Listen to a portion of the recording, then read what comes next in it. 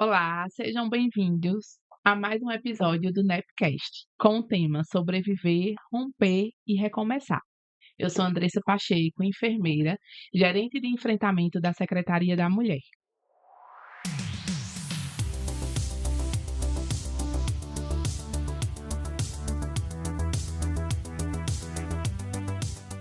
Hoje vamos falar sobre uma realidade que ainda atravessa a vida de muitas mulheres: a violência doméstica e o feminicídio.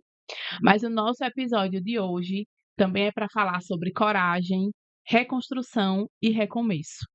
Recebemos uma mulher que sobreviveu a uma tentativa de feminicídio e que, depois de atravessar uma experiência extremamente difícil, conseguiu romper com o ciclo de violência e reconstruir sua vida. Maria Aparecida, seja bem-vinda. Obrigada, eu que agradeço. Estamos também hoje com Karine Oliveira, que também é da nossa Secretaria da Mulher, tem um trabalho incrível no município e região, eu sempre falo isso, né? Karine atravessa fronteiras, seja bem-vinda. Eu que agradeço o convite e uma honra estar ao lado de Maria Aparecida. Antes da gente começar, eu quero reforçar que aqui é um espaço de acolhimento e que, Aparecida, você pode ficar à vontade para falar o que você quiser e também o que você não quiser também a Ok, gente não fala, tá? tá certo. E aí vamos começar.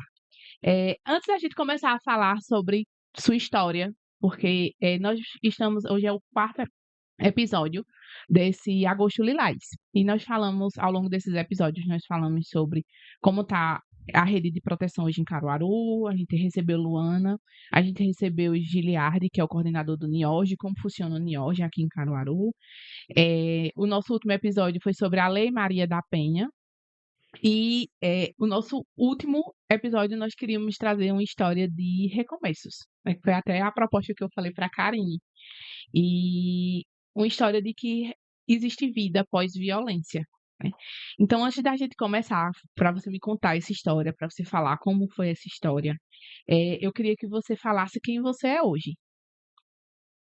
Oi, bom dia. Bom dia, Vanessa. Bom dia, Karine. Eh, eu sou uma mulher vitoriosa por tudo que eu passei e hoje eu estar ocupando uma cadeira na Secretaria da Mulher. É uma honra estar aqui com vocês e, assim, estou cada dia mais forte. Que bom, muito bom isso. Só para complementar, a Aparecida também ela ocupa uma cadeira no Conselho Municipal da Mulher, aqui de Caruaru, e tem feito um trabalho belíssimo junto ao conselho, né, e junto ao grupo do conselho também. É uma honra. E aí, vamos começar falando sobre sua história, certo? Isso. Como que começou toda essa situação, como que se deu, como você chegou hoje onde você está, né. Existiram momentos, no percurso que, ele mostrou agressivo, o seu agressor, existiram situações de agressividade, depois aqueles pedidos de desculpa, sempre aquele ciclo que a gente conhece, né, a explosão, o pedido de desculpa, a gente acredita que vai mudar. Sempre, desde o namoro. Só que na época, né, que isso já faz décadas, não existia tantas informações sobre relacionamento abusivo. Então, assim, quando eu estava com ele lá, tem completado 2 anos, no dia que nós ficamos noivos, eu nunca esqueço, a mãe dele me chamou no quarto e disse assim: "Você tem certeza, minha filha, que é isso que você quer?" Aí eu disse assim: "Tenho, dona Lia", que era minha ex-sogra. Aí eu falei assim: "Por que a senhora tá me falando isso?" Ela disse: "Porque mau filho, mau marido. E você é uma menina maravilhosa, você não merece meu filho. Meu filho não merece você." Então daí eu já comecei, como ele era muito ciumento, aquela história de ter muito ciúme. E tudo é normal, né, naquela época também principalmente, né, Exatamente. é normal esse Muito ciúme, é o ciumento, jeito dele. eu não podia ter amizade no trabalho. Eu tinha um irmão caçula meu que a gente sempre foi muito unidos, ele não queria que eu falasse mais com meu irmão. Eh, quando os quando a gente foi morar junto, meus irmãos não poderiam mais frequentar a minha casa. Então, assim, na verdade, eu vim descobrir que eu estava passando por um relacionamento, abusivo depois de 2 anos, porque a gente noivou, com mais ou menos 4 meses a gente foi morar juntos. Uhum, sim. Então aí as coisas só foram piorando, e eu sempre achava que ele ia mudar, porque ele chegava com flores, me levava pra gente passear, me pedia desculpa, me pedia perdão. Só que com 3, 4 dias ele fazia a mesma coisa. A leitura, Andresa, da narrativa de Maria Aparecida, eu vou falar agora como Sim, pesquisadora, sim, certo? sim, sim. Quando a gente estuda gênero, a gente estuda o ciclo da violência associada ao espiral da violência. E repare bem, quando ela fala dessa repetição, a gente observa que na narrativa dela vai trazer outros elementos, ou seja, na medida que ela perdoava e o relacionamento reatava, na nova virada de explosão vinha um escalonamento, né? Por isso a espiral. Então, o ciclo da violência ele é nesse sentido de leitura, porque é lua de mel, tensionamento, explosão. Aí ele pede desculpas, oferece um presente, Exatamente. e aí volta tudo de novo. Só que nessa segunda girada, a violência escalona, Ela que é aumenta. exatamente o que ela vai trazer. E entender a narrativa de Maria Aparecida é importante porque a gente, eu pelo menos trago sempre isso. A gente vai falar sobre violência de gênero, a gente nunca pode falar disso aqui parado, fixado, porque é uma história em movimento. E aí, Maria Aparecida, assim como Dona Severina, Josélia e todas as outras que eu trouxe na minha pesquisa de tese de doutorado, elas trazem, lembra do nosso questionário, que era Lembro. exatamente a narrativa pedagogizável de Jorge La Roça. O que era você antes, E o que é? o que foi Maria Aparecida no episódio da violência e o que ela fez a partir disso.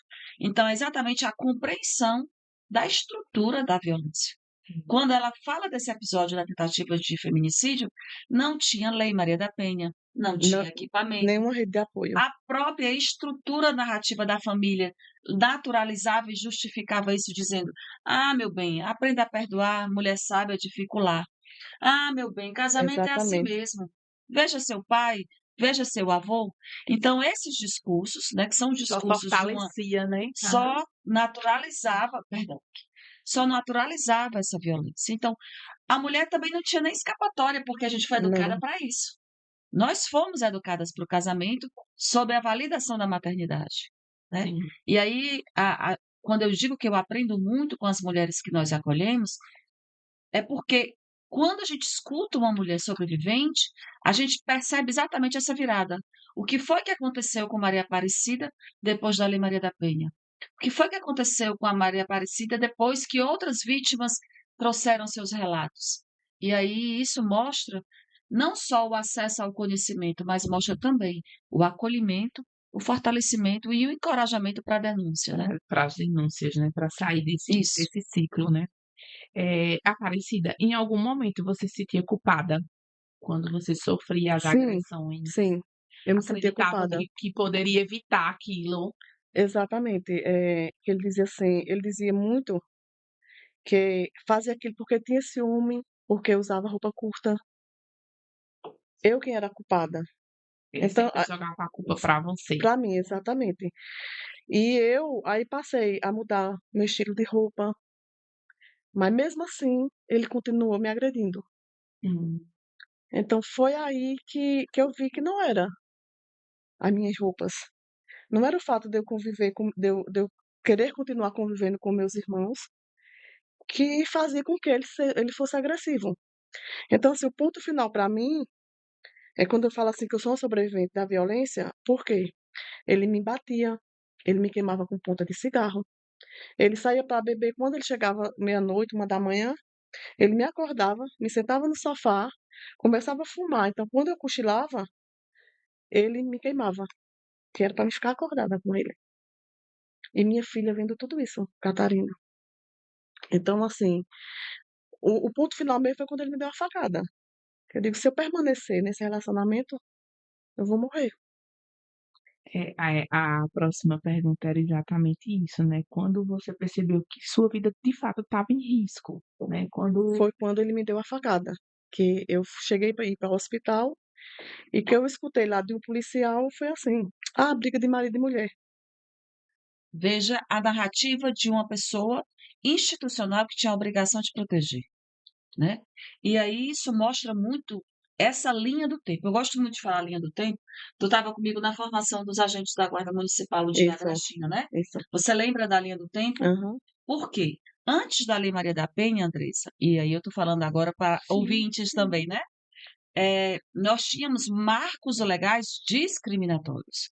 Então, a mulher não era sujeita de direito. A mulher não. Por isso que é muito comum ainda hoje, no século XXI, muitas pessoas falarem em briga de marido e mulher, ninguém mete a colher.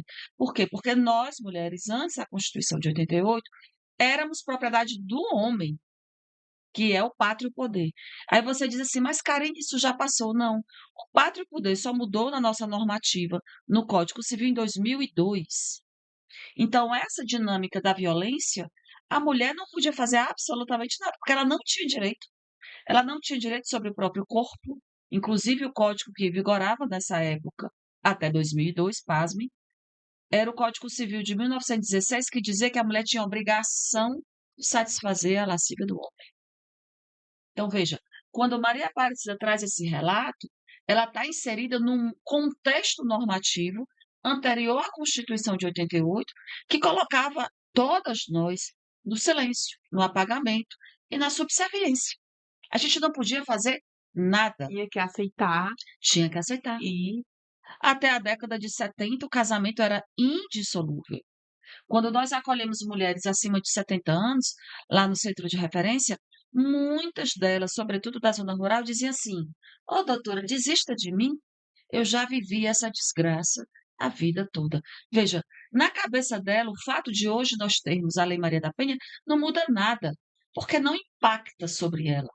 Ela foi subjetivada num cenário legal, normativo e moral, né, porque isso é validado em sim, muitas sim, igrejas. sim. Nós temos um caso em Caruaru, que a mulher sofria violência doméstica e familiar, os vizinhos denunciaram, logo no começo da Lei Maria da Penha, que ainda cabia negociação e prestação de contas à comunidade. Ele foi solto e na segunda semana a mulher apanhou do pastor da igreja, porque ele foi lá dizer que a mulher tinha a obrigação de obedecer o homem porque o homem era o varão da casa.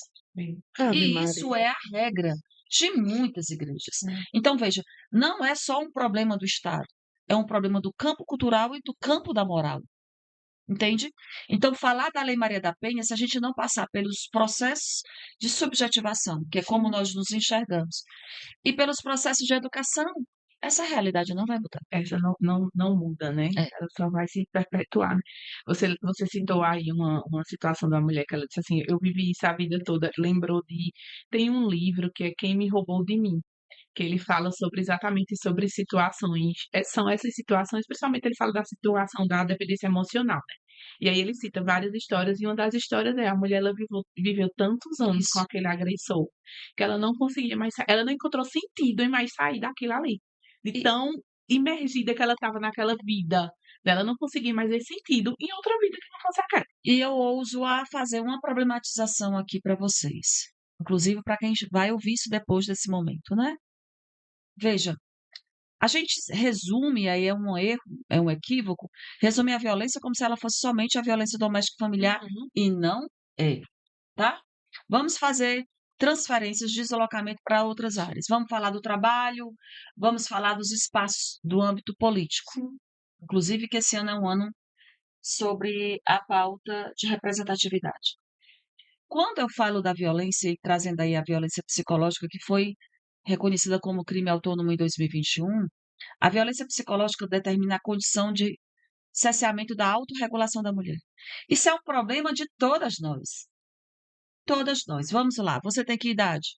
36. Você tem que idade? E você? 25. Se eu perguntar, independente da idade de vocês, tu tem 51. e eu tenho 50. Se eu perguntar para todos nós e todas nós que estamos aqui, quantos momentos das suas vidas vocês tiveram formação emancipatória? Nenhuma. Então, como é que agora a gente vai exigir que uma mulher da zona rural que não estudou, da periferia que nunca acessou equipamento, ou da área urbana, mesmo que escolarizada, exerça essa autodeterminação? Se a gente não teve educação para isso. Entende? Então, não é uma lei que vai mudar o nosso comportamento, é a educação. Educação. É educação. E aí, por isso que eu trouxe na minha tese, que se a gente não trouxer para a política pública formações sociopolíticas de caráter emancipatório, porque não é só educação, não, tá? A educação pode ser uma educação bancária, Sim. e ela continua te regulando do mesmo jeito. É educação emancipatória. A gente não vai mudar. Porque o que acontece? Nós acolhemos as mulheres, porque agora a violência sexual e a física é ação incondicionada, né? Sim. Não pode mais desistir, não pode Sim. mais, como é que Dona Voltar Cipriana atrás. diz, retirar a queixa. Dona Uhum. Cipriana diz assim: doutora, não pode mais voltar atrás e retirar a queixa, não. Eu digo, pode não. Que era exatamente a manipulação da mulher quando ela denunciava. E você vai trazer isso já já. E aí o que acontecia? Essa mulher saía daquele relacionamento, porque agora estava sob a intervenção do Estado, com medida protetiva e monitorada pela guarda, da nossa patrulha Maria da Penha, inclusive. No novo relacionamento, a história se repetia tal e qual. Por quê? Porque ela só foi desenvolvida sobre aquela lógica. A violência era o único mecanismo de mediação, entende? Sim, sim. Então, Ela repetia os padrões. até não elucidar, você reproduz o padrão. Por isso que a formação sociopolítica é tão importante. Essa semana eu estive na secretaria com 110 mulheres idosas.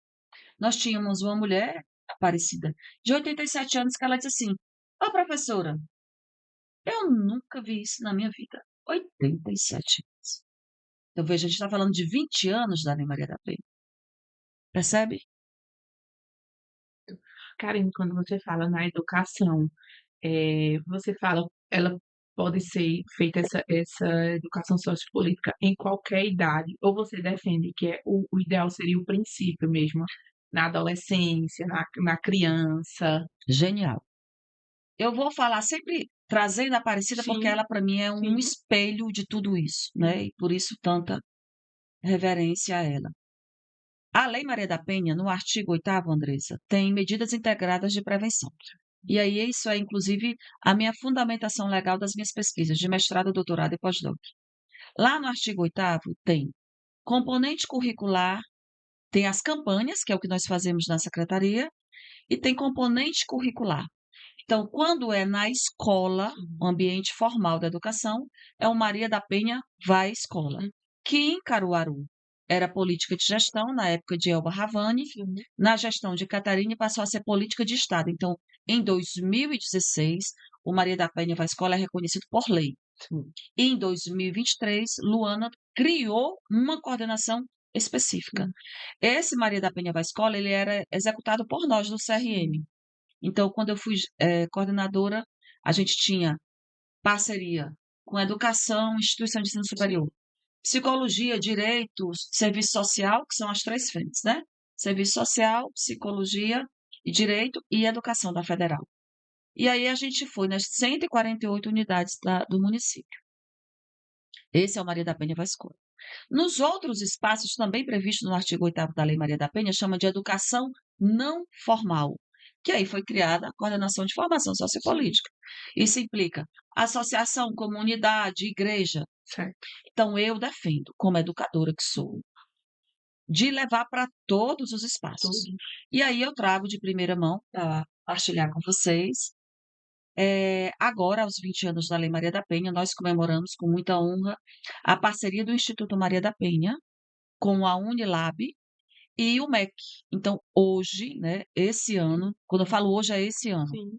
o lapso temporal de 20 anos, a educação que se chama Maria da Penha de Educação e Direitos Humanos nas escolas é componente do governo federal.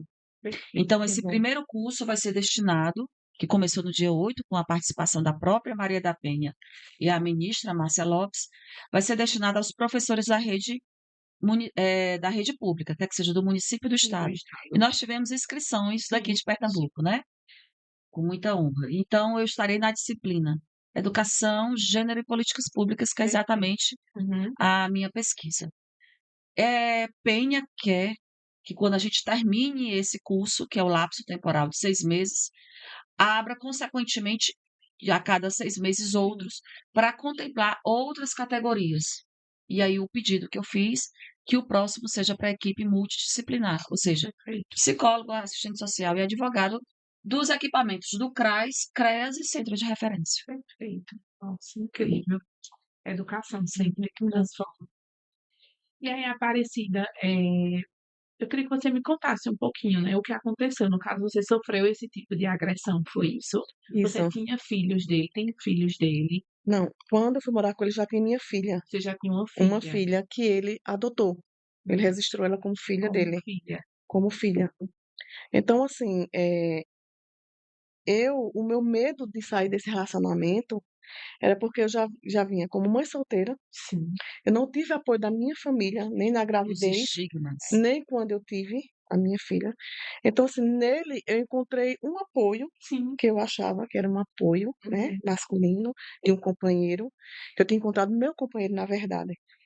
Mas, assim, a partir desses 2 anos e meio que ele começou com as agressões, Hum, eu tinha medo ainda de falar para minha família, para meus pais, para os meus irmãos, porque eu não sabia qual seria a reação deles. sim, Eu tinha medo de ficar sozinha e criar minha filha sozinha, que eu achava na minha cabeça, ele não, só ele que vai me querer, ele adotou minha filha como filha dele, hum, então eu não vou encontrar isso em outro homem não vai me querer. E era isso que eu pensava, e eu estava errada, né. Então a partir do momento que eu me vi que, assim, eu tinha uma filha para criar e que eu sofri a tentativa de feminicídio, eu só tenho que sair desse relacionamento.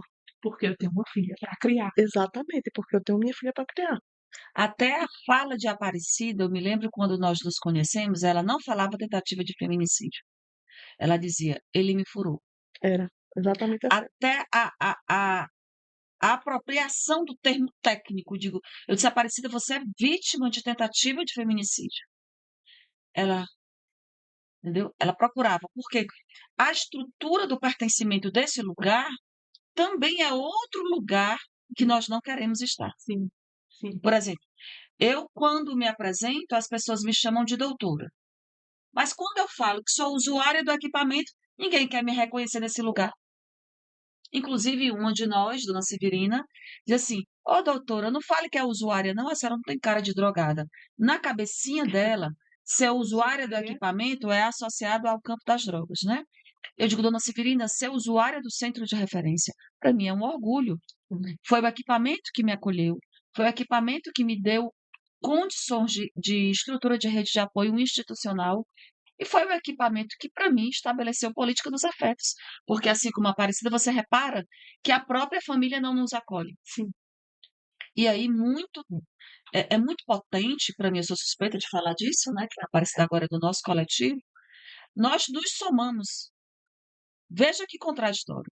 Aonde a família não nos acolhe, nós, mulheres sobreviventes de violência, nos acolhemos na dor. E na contramão desse silenciamento, nós nos reconhecemos em potência, porque falar disso, denunciar essa violência, é protagonismo. sim. Quando a gente fala, da rede de proteção, e da rede de apoio, o quanto é importante, né, essa rede de apoio. E aí, Karine, acho que você trouxe uma fala bem interessante. Infelizmente, nem todas as famílias, elas Não são mesmo. essa rede de apoio, Não, né, não são. Não não são. são. E hoje, assim, a gente precisa, nos episódios anteriores nós já falamos, mas acho que você trouxe agora, que é o Centro de Referência da Mulher, que é o CRM. Que em Caruaru nós temos dois, né, o CRM urbano, que nós chamamos, que ele fica localizado ali na Avenida Portugal, e agora estamos com o CRM rural, que fica no território de Cachoeira Seca, onde ele atende as mulheres da zona rural. E o CRM, ele tem de fato esse papel, né, esse papel do acolhimento, do fortalecimento dessa mulher. Em todos os episódios nós estamos falando. Acho que é importante a gente falar de novo.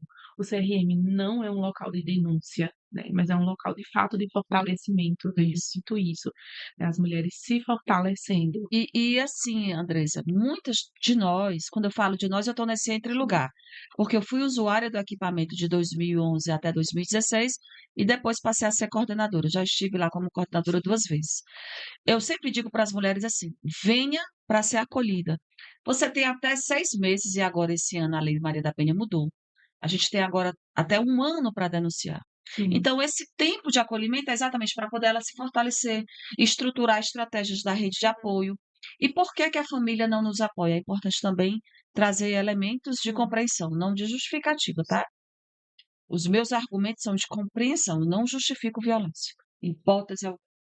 Por que que nossas famílias não são incondicionalmente a primeira rede de apoio?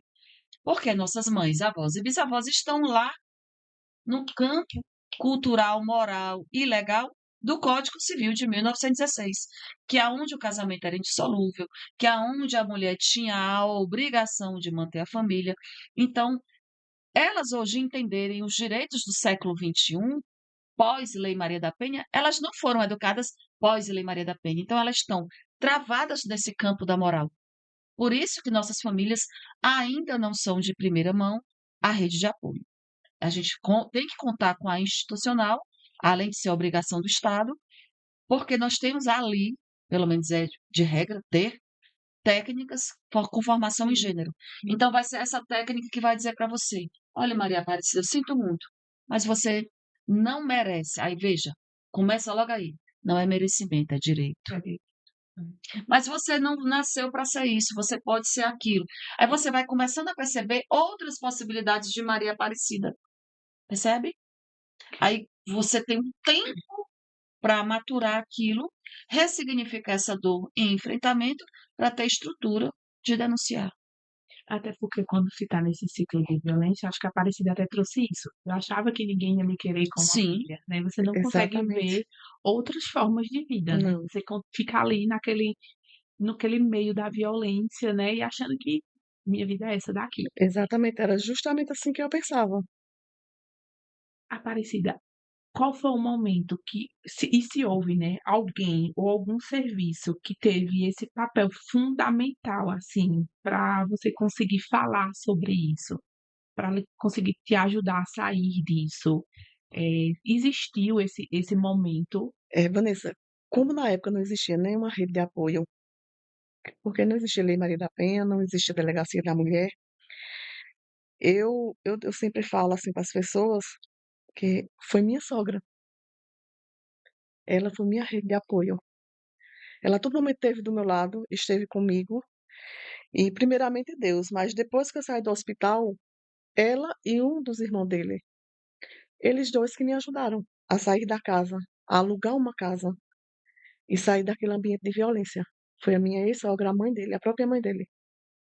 Até porque ela já vinha, né, ela já tinha me alertado, né, no processo Exatamente, do namoro de que, de fato, ele não é, ia ser um bom companheiro, né? exatamente. Interessante, né? E antes da tentativa, assim, você chegou a falar para alguém ou você sofria as agressões e Não, não falava pra ninguém. ficava Só calada? a mãe dele que sabia, porque eu era vizinha dela, morava numa casa vizinha. Então só a mãe dele que sabia das agressões. Eu não tinha coragem de falar pra nenhuma amiga do trabalho Uhum. e nem para ninguém da minha família. A minha família só veio saber da violência que eu sofria depois que eu saí do hospital. Aí, por que você não falou? É muito fácil falar Uhum. depois. É assim, por que você não falou? Por que você não procurou? Uhum. Porque assim, eu sabia que eu não ia ter um apoio. Sim. Porque quando eu morava só com a minha filha, eu não tinha apoio deles.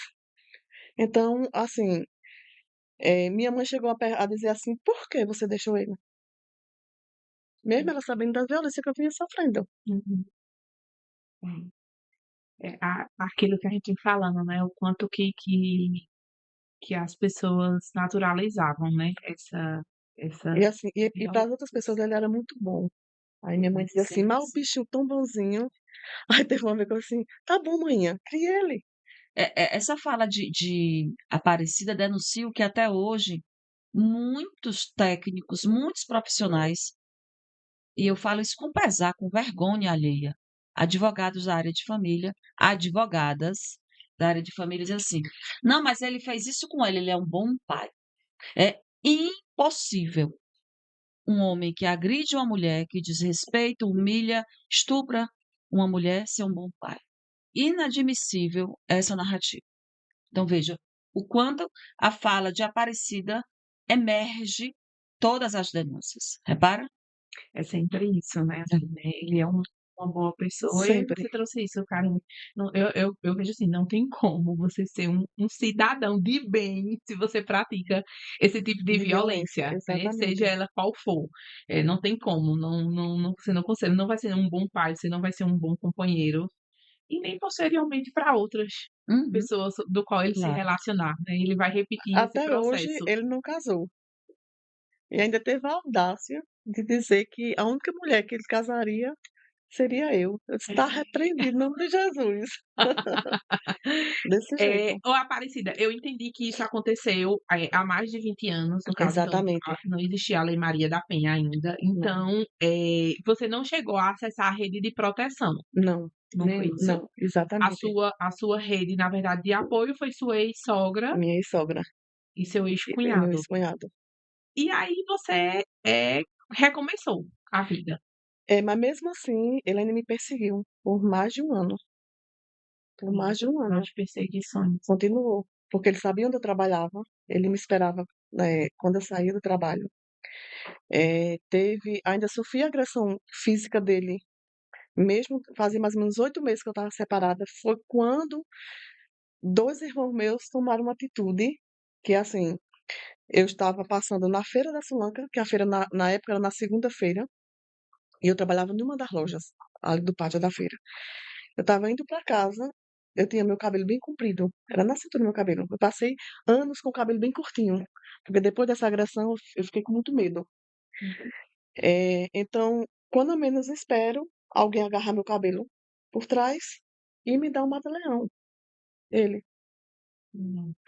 Na hora, era mais ou menos 6h30 da noite, tinha muita gente, mas ninguém se envolveu. Passou um carro de polícia, parou, viu ele me agredindo, aí pararam. Um dos policiais era amigo dele e mandou ele me soltar e eu ir embora.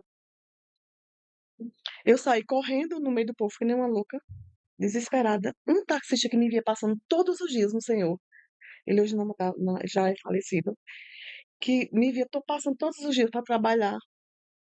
Ele me colocou, parou o carro e disse: Minha filha, eu vi o que estava acontecendo. Eu deixo você em casa. E me deixou em casa. Só que antes, quando ele estava me agredindo, passou um policial, um amigo de um dos meus irmãos. Meu irmão tinha um escritório aqui no centro. E ele foi lá e disse: Olha, eu tenho certeza que foi tua irmã que estava um rapaz agredindo ela na feira. Aí, quando eu cheguei em casa, aí chegou meus dois irmãos. Aí eu disse, aí contei a história. Uhum. Nessa mesma noite, todos dois foram na casa da minha sogra e foi quando disseram assim a ele: nós somos pessoas de bem, mas fale pro seu filho que a partir de hoje, se ele agredir minha irmã novamente, ele vai amanhecer com a boca cheia de formiga. E Eu gosto sim. ele tinha muito medo desses dois irmãos meus. Por isso que eu não falava Sim, para esses irmãos a violência que eu sofria, porque eu não queria meu irmão envolvido em algo que, sim, sim. entendeu? Que eu não Porque queria não que eles pagassem. queria proteger, né, de certa É, forma, a sua família, né, exatamente, contra exatamente. essa. Aí pouco tempo depois, ele foi embora para Goiás, até hoje ele mora lá, Então ele saiu, né, daqui do município. Isso tudo aconteceu aqui em Caruaru? aqui em Caruaru, Tudo era aqui em Caruaru. tudo aqui em Caruaru. Entendi. Aparecida. Então, depois de quase um ano, né, ele Quase um ano. perseguindo, tudo mais, foi quando ele realmente parou as Que é o que hoje nós perseguições chamamos do crime de stalking, de né? stalker, isso, que é crime Exatamente, hoje, né? Que é crime hoje. E aí ele foi quando ele de fato parou as agressões. exatamente. A Andresa, na verdade, está querendo, e eu tô conectada aqui com o pensamento dela e com o seu. Ela deve estar querer saber como é que hoje você chegou nos equipamentos, o que foi que aconteceu que hoje você está integrada na rede de proteção de Caruaru. Isso. Aí é uma outra etapa da história. Veja como o ciclo, como eu lhe falei, Sim, além dele ser repetitivo quando ele é das relações uhum, interpessoais, ele também é espiral, sim, porque vai tomando conta dos escalonamentos de outras etapas. outras etapas. Essa é a É, próxima etapa. eu não sabia, em 2023, eu não sabia da existência do CRM Mulher. Eu conheci, Karina uma vez lembrou bem, pela minha sobrinha que é doula, Sim. Roberta. Roberta de Já um Cá, abraço ela é para Roberta. Roberta de Cássia. Um abraço, Robertinha. Tia te ama, viu? Oh, Ela ela quem me apresentou a Karine. Ela me deu o número de Karine. Por quê? Em 2023, eu digo que eu sofri mais uma violência. Eu hoje falo assim que foi a pior do que a tentativa de feminicídio que eu sofri. Por quê? Porque eu descobri que minha filha, dos 7 aos 9 anos, tinha sido estuprada pelo marido de uma das minhas irmãs. E mais duas sobrinhas abusadas por ele. Uma dos 7 aos 13 e a outra de 10 aos 14 anos. Então foi aí que eu, por Roberta e por ter me indicado a Karine, foi que eu conheci o CRM Mulher. Então eu fui usuária do CRM, eu e minha filha. E tenho o maior orgulho de dizer, né, que eu sou a primeira mulher usuária do CRM a ocupar uma cadeira na Secretaria da Mulher, como conselheira. Sim. Então, assim, eu sempre me emociono quando eu falo. Mas, assim, foi aí que eu conheci, né, na verdade, fui acolhida, eu e minha filha e minhas sobrinhas, pelo CRM. Foi a rede de apoio que eu encontrei. Então, depois que você passa a tentativa de feminicídio, passou todos esses anos, você se vê em outra situação, como você diz, Muito né? De difícil, uma violência muito muito, mais é, difícil muito mais difícil. quando você descobre sobre sua filha e sobre suas sobrinhas. Exatamente. Daí, até a gente resolver denunciar, toda a minha família ficou contra a gente. A história se repetindo, eu reparo. Dos meus 8 irmãos, que um é falecido, né? Só uma irmã ficou do meu lado e do lado da minha filha e das minhas sobrinhas. Quando a gente resolveu fazer a denúncia. Então, em março de 2023, eu descobri, e muita gente pergunta assim: como foi que você descobriu? Eu descobri porque o dito cujo, ele voltou a ameaçar minha filha. Minha filha hoje está com 32 anos. Então, em janeiro de 2023, ele voltou a ameaçar ela, oferecendo dinheiro, ameaçando, dizendo que ela ia encontrar só meu corpo, não encontrar minha cabeça, nem a do irmão dela, que ele ia nos matar, né? Se ela não tivesse uma relação sexual com ele. Então, assim, foram 2 meses que eu vi minha filha trancada em um quarto, minha filha sem comer, ela perdeu 11 quilos, e eu sem saber o porquê. Sem saber, achava que era porque ela estava desempregada. Eu chegava Isso ela já estava na fase adulta. na fase adulta, isso foi em 2023. E quando ela foi estuprada por ele, ela tinha 7 anos. Veja o tempo dessa 7 tortura. anos. Então, assim, quando eu fui acolhida, até pelo Gabinete de Perpétua Dantas, foi que eu conheci o CRM Mulher. Nós fomos acolhidas, a gente já tinha feito a denúncia, né?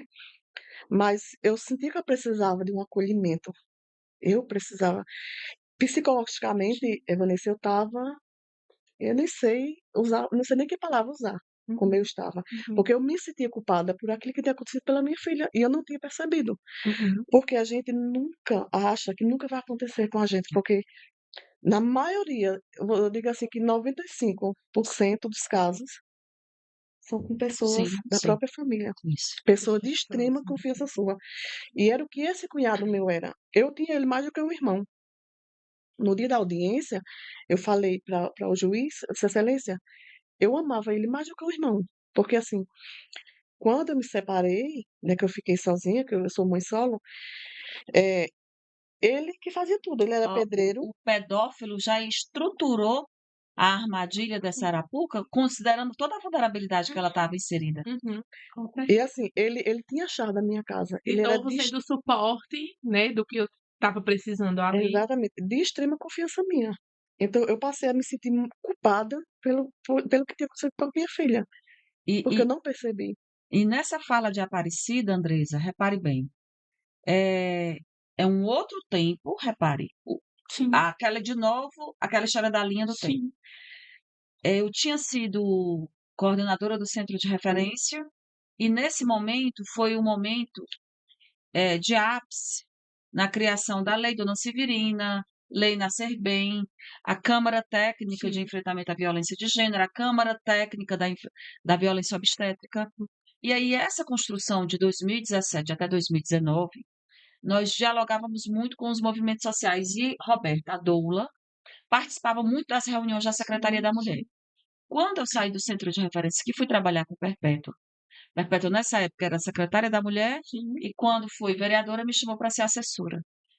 Eu recebo, era de madrugada essa história, não foi? Foi. Madrugada. Recebo uma ligação de Roberta. Karine, por favor, eu estou com uma situação familiar delicada e ela precisa de acolhimento. Eu disse, agora mesmo. Falei com a Aparecida por telefone, fiz as orientações, isso foi numa madrugada. No Foi. outro dia, nós nos encontramos, aí acionamos toda a rede. Centro de referência, CREAS, toda a dinâmica do fluxo, e aí ela passou a ser acolhida. Nesse processo de enfrentamento, Aparecida, tudo, se disser assim, vai ter amanhã, bater do lado no meio da rua sobre mulher, Aparecida estava. Desse E jeito. veja a força que emergiu dela, porque ela entendeu, assim como Dona Severina, assim como Josélia, que seria ela a virada de chave, Sim. que ela não deixaria a filha órfã de apoio, assim como ela esteve com a Sim, família. sim. E aí ela tirou forças da onde não tinha. Ela ligava para mim Exatamente. chorando. Ela dizia: eu digo o quê para minha filha? Eu digo: abrace, fique em silêncio, chore junto. Não tem palavras, não tem repertório, não é receita de bolo. E aí ela foi se fortalecendo, foi se encorajando, participava de tudo, de tudo. As formações sociopolíticas que eu Sim, te falei, né? sim. E aí a Aparecida foi se encorajando, denunciou, diga aí o resultado da condenação dele, para lavar É. nossa Ah, eu alma. falo com orgulho imenso. É, Com vencido. certeza. No começo de abril de 2023, nós resolvemos denunciar. Em julho de 2023, ele foi preso. Em novembro de 2023, teve a audiência, né? O julgamento dele. Em abril de 2024, saiu a sentença: 86 anos e 3 meses. Condenado, preso, sem. Preso. E aí ela foi, eu De lembro. fato, justiça É, foi Foi feita, né? feita. eu me Foi lembro feita. desse dia, ela chegou lá no gabinete de Perpétua, que parecia pipoca, pulando, saltando. E a alegria foi conjunta. A dona Severina saiu da zona rural e disse assim: a vitória dela também é a nossa. Veja, é essa potência que nós nos fortalecemos quando a gente se acolhe. E aí, hoje, Aparecida, né, quando houve o edital do Conselho Municipal da Mulher, eu lembro como se fosse hoje que a gente tinha feito esse trabalho com Michele Leodoro, que foi outra vítima de tentativa de feminicídio, ocupando esse lugar. Ocupando o lugar do protagonismo, ocupando o lugar do pertencimento, da dignidade, porque nenhuma de nós nasceu para ser estatística dessa violência. E a Aparecida dizia assim, amiga, eu não sei o que falar. Eu digo, vai com medo de tudo. E aí a gente estuda, né? A gente Exatamente. estuda e hoje ela está em todos os espaços de protagonismo. Então, assim, quantas outras Aparecidas, né? Quantas outras Severinas, quantas outras Karines. Então, a nossa história, ela não é personalíssima, ela é minha, mas ela não representa só a minha dor. Ela representa dores de todas as outras De mulheres. todas as outras. E as outras todas se É, fortaleceram. E se fortalecem, né? Acho que é algo diário mesmo, de fato. Exatamente. A gente se fortalece uma com as outras, com as histórias. Eu sempre falo que as histórias, elas não vão apagar da nossa vida, né? Elas estão ali e elas nos transformaram em quem somos, né? Nós só somos Exatamente. hoje o que somos porque passamos por essa história. E pegamos dessa história, eu acho que a Aline trouxe essa fala, de não do vitimismo apenas, mas de força. E dizer assim, eu vou fazer dessa Exatamente. história a minha força para sair disso. Você me permite fazer uma retificação? Sim, E aí eu peço autorização. sim. Eu tenho cuidado com essa fala quando você diz assim: nós só somos o que somos por conta do que nos aconteceu. Eu tenho cuidado com isso porque parece que justifica o sofrimento. Uhum. Não, Não nós não justifica. somos mártires Sim, para dizer, ó, eu só sou o que sou porque eu sofri. Ó, eu aprendi com o meu sofrimento. Não, sim. tá, hipótese alguma. Porque aí a gente tira do campo do direito e traz para o campo do merecimento. E Sim. não é isso. Nós somos o que somos hoje porque ressignificamos a dor em luta. Nós somos o que somos hoje porque tivemos oportunidade do exercício da cidadania. Nós somos o que somos hoje porque nós tivemos estrutura de acolhimento. Todas as outras mulheres que não são que não estão nesse lugar, não é porque elas não quiseram, Sim. não é porque elas se colocaram e se aceitaram no vitimismo, não é isso. É porque elas não tiveram a oportunidade. Daí tirar a discussão da narrativa do campo do merecimento como se fosse um ato deliberativo de vontade para o campo do direito, É direito né? nosso. Então vamos lá, vamos fazer um deslocamento. A vítima tão jovem de 21 anos lá de Agrestina, é porque ela quis estar no vitimismo? Não. Foi porque o juiz passou mais de 2 semanas para dar o deferimento da medida protetiva. Então foi a condição de negligência institucional. Que aconteceu Não e foi que levou. falta de vontade dela. Ela passou pela Secretaria da Mulher, ela passou pela delegacia. Só que quem é que dá o deferimento da medida protetiva? O O juiz. juiz. E o juiz foi negligente. Então, entende? Então, não é a mulher que não quer. Ela não teve O oportunidade de exercer sistema não. a cidadania. Daí, a violência institucional. O sistema, a violência institucional que você Isso. trouxe muito bem, né? O sistema, eu sempre digo que o sistema falha, né? Eu Quando digo uma que o mulher. sistema é cúmplice dessa violência. A violência de gênero é um projeto político e ideológico de apagamento dos nossos corpos. Sim. Ponto. Quem quiser discutir sobre outro viés, não vai ter a minha anuência, né? Quando eu digo que sou pesquisadora, é porque isso me mói.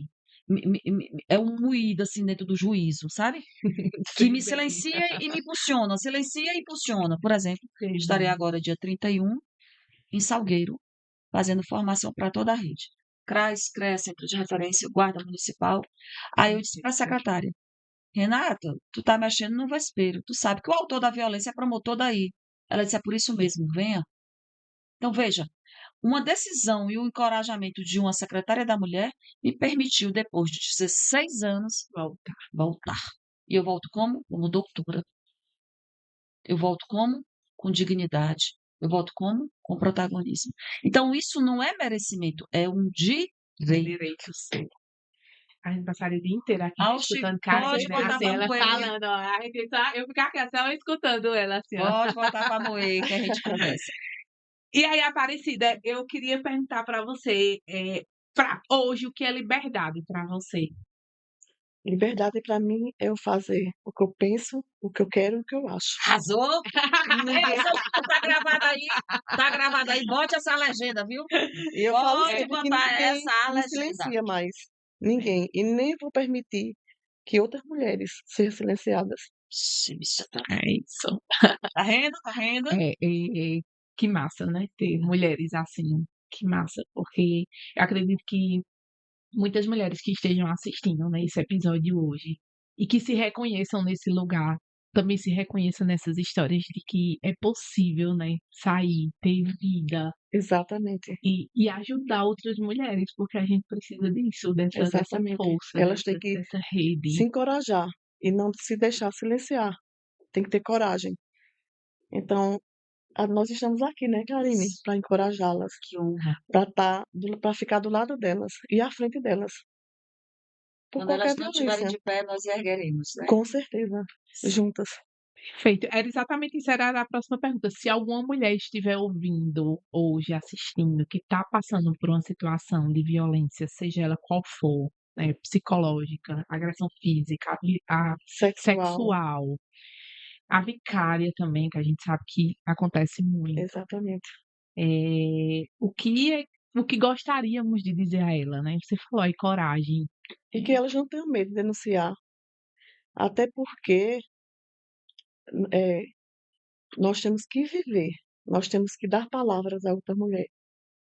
E assim, quando eu falo que eu sou uma sobrevivente, eu acredito que Deus me permitiu estar aqui para dar força a outras mulheres, para que elas se encorajem, para que elas não tenham medo nem da família dela, nem do que as pessoas vão pensar e achar. Elas têm que lutar para viver e para ter a mesma oportunidade que eu estou tendo hoje de falar, porque eu sou uma sobrevivente. Perfeito. Karen, e você? Se alguma mulher estiver nos ouvindo hoje que está passando por alguma situação de violência, o que é que você quer dizer a elas? Vamos lá. Inicialmente, eu vou fazer as vezes da fala de Aparecida, porque ela está trazendo a Aparecida agora de movimento social feminista, né? Então, é importante entender que a gente não está falando só para as mulheres de Caruaru. Em Caruaru, procurar o centro de referência da mulher, né? Perfeito. Porque de lá ela será acolhida e orientada para fazer os desdobramentos desse protocolo de denúncia, judicialização e seguir junto à defensoria na guarda, nos alimentos e o Exatamente. desdobramento que for possível. Não sendo de Caruaru, porque do Pernambuco, 184 municípios, só 61 tem centros de referência. Desses 61, só 10 tem vara especializada. Desses 60, 84 municípios, só 15 delegacias especializadas. Dessas 15, só 7 em regime de plantão. Então, a nossa realidade não é a realidade de muitos outros municípios. Essas mulheres, sendo de outros municípios, nos procurem, enquanto movimento social feminista, Exatamente. coletivo Marias Marias também também tem tem força, força. nós acolhemos e aí fazemos a denúncia enquanto coletivo, porque protege e não expõe essa mulher. E aí a gente faz o circuito que for necessário. Se não for pela política pública, será pelo movimento social, mas essa mulher não estará desamparada. Onde ela pode buscar o movimento? Nós O temos, coletivo de Maria também no- tem força. movimento social feminista são Certo, vários. certo, O nosso certo. O coletivo, coletivo. Marias também tem força. Nós temos o perfil do Instagram, Perfeito. Marias também tem força. E aí o mais interessante é uma linguagem não dita, mas simbólica. No Instagram não sai com C cedilha, né? Isso. Aí ficou Marias também tem forca. Ou seja, a gente dá fim na violência, né? De alguma Então, forma. assim, manda o recado. Exatamente. De É, alguma forma, é, né, Karine? eu adorei. E isso foi uma jovem de 21 anos, casa minha sobrinha, que criou a página, ela Tia K. A senhora, sem querer, deu um recado. Eu digo, pois deixa ele mesmo, diz. Perfeito. E aí a gente recebe aquela denúncia pelo direct, produz prova, a gente relata todo, assina como um documento de fé. Como nós temos várias outras situações que a gente faz ou nota de repúdio ou nota de apoio, procura, a gente sempre trabalha de forma coletiva, procura a validação de outros movimentos sociais para ratificarem e fazemos a denúncia. Perfeito. Acho que é importante essa fala de Karine, porque, como Karine bem falou, Caruaru tem uma rede, de fato, Caruaru é privilegiada, né? Nós temos muito bem mais de estabelecido. 17 equipamentos É, nessa rede. Você até falou, né, em Agrestina, da situação que passou 2 semanas para O se juiz. sair a medida protetiva. Não saiu. Não saiu a medida É. protetiva. E a gente precisa lembrar que em Caruaru, né, foi um dado até que o NIOJ trouxe desse mês de agosto, que as medidas protetivas elas estão saindo em até 12 horas. São Então, notificadas. isso é Porque é importante dizer, a mulher registra o boletim de ocorrência da delegacia, quem dá o deferimento é o juiz, mas essa medida protetiva só passa a ter validade quando o autor é notificado. isso. E quem notifica é a Polícia Civil. Aqui em Caruaru nós temos com a glória de toda a gestão a parceria da Polícia Militar com o Oficial de Justiça, que é o NIOJ, Sim. Núcleo Integrado dos Oficiais de Justiça, que eles notificam o autor em menos de 24 horas. Então, assim, Caruaru já alcançou o lapso de mais de um ano sem feminicídio, dada o circuito desse fluxo. Desse fluxo, dessa rede, né? E aí, para os demais municípios que não têm essa rede tão estruturada e fechada, integrada, né? Karine deu aí o coletivo também, que é um suporte muito grande, né? E tem essa força de fato aí para essas mulheres, né? E se você pudesse resumir em uma palavra o seu recomeço, qual seria? Ai, Karine, força, vitória. Eu acho que se hoje eu tivesse que mudar meu nome, seria Vitória, Ai, que por tudo que eu lindo, passei que e ótimo, onde eu cheguei e onde eu estou hoje. com certeza. Quando a gente pensou nos episódios, de fato, assim, o último eu queria muito fechar com uma história mesmo de recomeço, e eu nem imaginei. Eu sabia que você tinha passado por uma tentativa de feminicídio, e já sabia mais ou menos que tinha acontecido algo com sua filha, mas eu nunca tinha escutado, de fato, a história por completo. E foi muito mais do que o episódio de hoje foi muito mais do que uma tentativa de feminicídio, mas foi de fato uma história de recomeço e de justiça. Exatamente. E de justiça. O que prescreve é o crime, a nossa dignidade não prescreve. Não prescreve. A todo Perfeito. instante ela é possível de ser conquistada e de ser o campo de vitória quando a Aparecida diz isso, porque é o nosso lugar de, né, enfim, de direito, de direito. Perfeito. Eu queria muito agradecer À vocês, discussão. agradecer Karine, que, como eu disse, eu passaria o dia inteiro aqui escutando, né? Eu assisto todos os vídeos de Karine, todos, assim, nas redes sociais, né? Uhum. Quando ela grava um vídeo que ela posta, eu sempre sei que ali eu vou me fundamentar em muitas informações. Agradecer. Sou muito, muito satisfeita de compartilhar com você da secretaria também. Eu já lhe admirava muito antes de ser da secretaria. E hoje, mais do que nunca, lhe conhecendo e compartilhando dos trabalhos. Agradecer a Aparecida, que é minha companheira também do conselho também. Eu que agradeço, Vanessa. É Conheci uma a honra Aparecida no estar do lado de conselho. duas mulheres maravilhosas Oh, como vocês. você que é maravilhosa, assim, muito, muito, muito satisfeita de terminar esse mês com essa história, de Com chave de fato. ouro, né? Com muita. Ó, chega, eu tô emocionada também. Com muita chave de ouro, né? A gente passou por todos esses episódios falando o que é violência, falando das redes, de como buscar ajuda. Mas é muito importante a gente Exatamente. contar a história de que existe vida pós-violência. Existe, você falou, você enfatizou de uma forma tão perfeita aí. Existe recomeço, existe força, né? Estamos aqui unidas realmente uma pelas outras, né? Ninguém solta a mão de ninguém, é Não. aquilo, aquela história. E que bom poder fechar e compartilhar desse momento com vocês. Meu muito, muito Eu que obrigada agradeço, mesmo. Vanessa. Deixo para vocês finalizar agradecendo, falando o que quiserem. Podem. Eu agradeço, Andresa, o convite, agradeço mais uma vez a Aparecida, que ela assim, a gente faz o convite, ela responde sim sem titubear.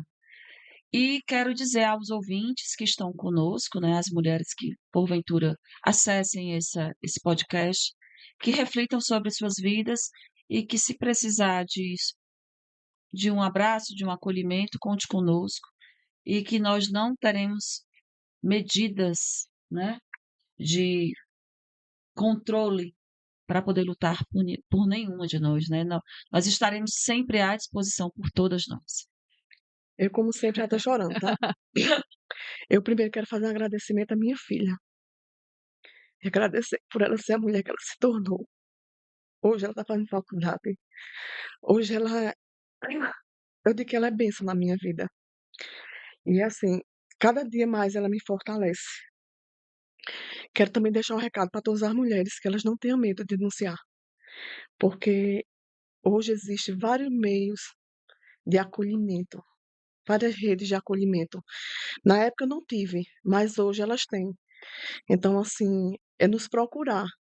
E eu sempre falo que, independente de nome, etnia e raça, nós somos todas Marias.